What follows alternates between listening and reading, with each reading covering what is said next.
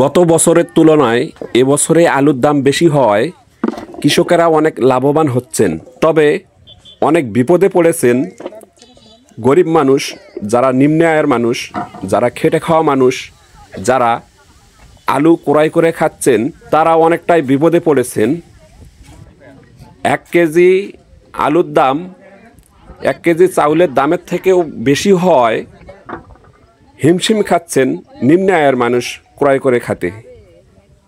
এখানে দেখতে পাচ্ছি সরজমিনে মাঠে এসে কৃষকেরা আলু উত্তোলন করছেন। এখানে দেখতে পাচ্ছি মহিলা শ্রমিক দিয়ে আলু উত্তোলন করা হচ্ছে।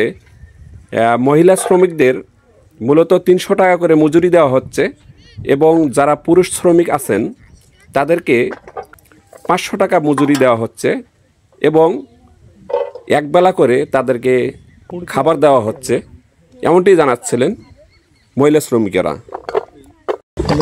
হাজিরা হিসাবে আমাদেরকে টাকা দেওয়া হয়, কত টাকা? 300 টাকা দেওয়া হয় আর একবেলার খাওয়া দেওয়া হয়। আর পুরুষের যদি কাজ করে সেক্ষেত্রে তাদের 500, তাদের ক্ষেত্রে 500 টাকা হাজিরা আর একবেলা খাওয়া, একই হিসাব। আচ্ছা, খাবার দুপুরবেলা কি থাকে? দুপুরবেলা দেয় না, 11টার সময় খাবার দেয়, ভাত তরকারি রান্না করে বাসা থেকে দিয়ে পাঠায়। কতজন কাজ করতেছেন? আমরা এখানে মোট 14 জন কাজ করতেছি। না, আলাদা আলাদা জায়গা থেকে আসছে। আমরা যেমন আমার দাদা শ্বশুরের এটা জমি, আমি আসছি বাসা থেকে, এনাদের বাসা এখানে, আরো অনেকজন পাশ থেকে আসছে। আমাদের বাড়ির গরিব মানুষ, কাজ করতে আসি, আমরা 300 টাকা হাজিরা পাই।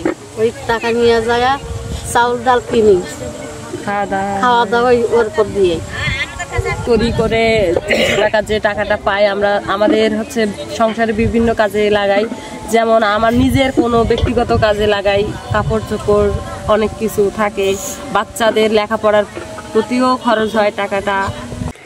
এখানে সরজমিনে মাঠে এসে আমি দেখতে পাচ্ছি কৃষকেরা আলু উত্তোলন করছে এবং এখান থেকে পাইকারপত্র, যারা পাইকারেরা এখান থেকে আলু ক্রয় করে তারা আলুগুলো বাজারজাত করে এখান থেকে গাড়ি লোড দেওয়া হচ্ছে। গাড়ি লোড দিয়ে বিভিন্ন জেলা উপজেলায় আলুগুলি সরবরাহ করা হচ্ছে। কিভাবে বাজারজাত করা হচ্ছে আলুগুলো ঘাটে নিয়ে যায় আমি আপনাদেরকে দেখাচ্ছি, আপনারা সঙ্গে থাকুন। তার আগে আমি দেখতে পাচ্ছি এখানে একজন কৃষক আছে, উনি আলু উত্তোলন করছে এবং এবছরে তাদের কীরকম লাভের পরিমাণ হচ্ছে এবং কীরকম হলো খরচা হয়েছে আলুর জমিতে আমরা শুনবো। আলু লাগে আমাদের খরচ হয়েছে 1,20,000। 20,000 টাকাতে আমাদের বিক্রি এখন হচ্ছে আপনার 3 লাখ টাকার মতো। আমরা আজকে দিলাম 72 টাকা করে কেজি, ডাইরেক্ট ভুঁই থেকে নিয়ে যাচ্ছে পাইকারেরা, আমাদেরকে এই জমিতেই দিচ্ছে এই টাকা দাম। আর আমাদের মোটামুটি এই অনুযায়ী মোটামুটি ভালো একটু বেনিফিট হচ্ছে। প্রায় মনে করেন যে আপনার 3 ভাগ করে 2 ভাগে লাভ আসতেছে, 2 লাখ টাকার মতন লাভ আসতেছে। এটা কি না, এবারেই একটু বেশি হচ্ছে। কারণ কি মনে হচ্ছে? কারণ এবার বাজার ভালো আছে, ওই কারণেই বেশি হচ্ছে। আগামীতে চাষ তাহলে আপনার এরপরে আমরা ভুট্টা লাগাবো। আচ্ছা, তার আগে কি ছিল? এটা আগে তার আগে ধান ছিল। যেমনটি শুনছিলাম দর্শক, এবার আলুর দাম বেশি থাকায় কৃষকেরা অনেক লাভবান হচ্ছেন। তারা জানিয়েছেন এবছরে তারা অনেক লাভের পরিমাণ দেখতে পাচ্ছেন। আর এই জমি থেকে পাইকারেরা আলু ক্রয় করে নিয়ে যাচ্ছেন। তারা আলুগুলো কোথায় নিয়ে যাচ্ছেন, কিভাবে গাড়ি লোড দেওয়া হচ্ছে আপনাদেরকে দেখাবো। তাদের কাছ থেকে একটু শুনি তারা আলুগুলো কোথায় নিয়ে যাচ্ছে, তারপরে আপনাদেরকে দেখানোর চেষ্টা করছি কিভাবে আলুগুলো বাজারজাত করছে। এখন আমডুঙ্গি ঘাটে নিয়ে যাব, ধুবো, তারপরে বস্তা করব, তারপরে সন্ধ্যেবেলা গাড়ি লোড হবে। চলে আসলাম দর্শক সেই আমডুঙ্গি নদীর ঘাটে। এখানে আলুগুলো সুন্দর করে ধুয়ে পরিষ্কার করে তারা বাজারজাত করে বস্তা করে এখান থেকে মূলত গাড়ি লোড দেওয়া হবে।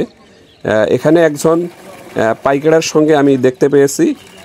পাইকার কত করে আলুগুলো কিনছে এবং তারা কত করে লাভ করছেন আমরা একটু আপনাদেরকে জানানোর চেষ্টা করব, সঙ্গে থাকুন। 2 টাকা আমাদের বস্তা সহ ঘাটেরই খরচ, 2 টাকা 50 পয়সা। আমরা বর্তমানে আলু আজকে 72 টাকা 50 পয়সা গাড়ি লোড। 1 কেজি আলু এখান থেকে মোকামে যাওয়া পর্যন্ত 4 টাকা খরচ, 75 বা 76 টাকা বর্তমান বাজারে বেচা কেনা হচ্ছে। যদি এর উপর 2-1 টাকা আমাদেরও ব্যবসার প্রয়োজন আছে, যারা কিনবে তাদেরও ব্যবসার প্রয়োজন আছে। দেখা যাবে যে এই আলু আবার ঘুরে আমাদের মাঝে এইখানে ঘুরে আসতে গেলে আবার এই আলু 80 টাকার উপরে ছাড়া কেউ কিনে খেতে পারবে না, কোনো উপায় নেই। এটা কি গত বছর থেকে এবার কি সেটা ব্যতিক্রম? হ্যাঁ, গত বছরে তো মনে করে এই সময় কত বেশি 40-42, এবছর বিক্রি হচ্ছে 80, তাহলে ডাবল। বিনিয়োগও করতে হয়েছে ডাবল। 1 কেজি বীজ আমরা গত বছর কিনেছি 50 টাকা, এবছর কিনতে হচ্ছে মনে করো 75 থেকে 95 টাকা। এখন আপনার এই আলুটা যাচ্ছে কোথায়?